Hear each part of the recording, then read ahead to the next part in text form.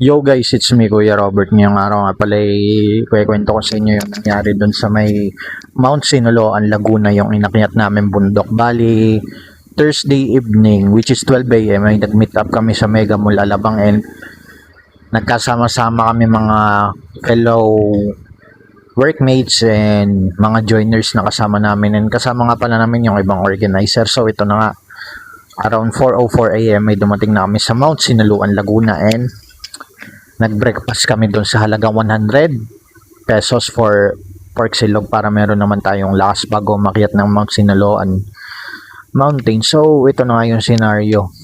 Hindi ko akalain na napakatarik niya pala pataas and medyo madulas yung daan.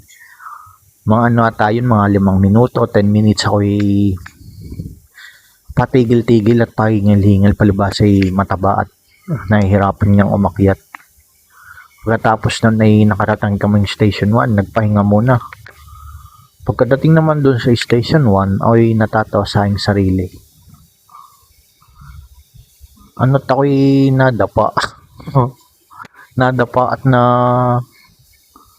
nadulas sa upuan. Buti na lang ay wala masyadong gasgas na ako'y naramdaman.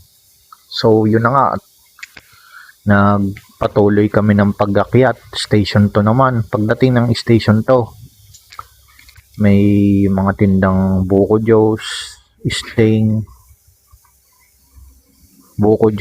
yun. Matang aking mga ininom nga ay buko juice para meron tayong electrolytes or tinatawag na tubig sa ating katawan, which is natural kasi yung buko nga ay natural na tubig na from the nature. So third station ay malapit na kami. Pahinga muna, konting lakad, medyo mabagal at ako yung nahuhuli. Yun na nga, dumating kaming summit.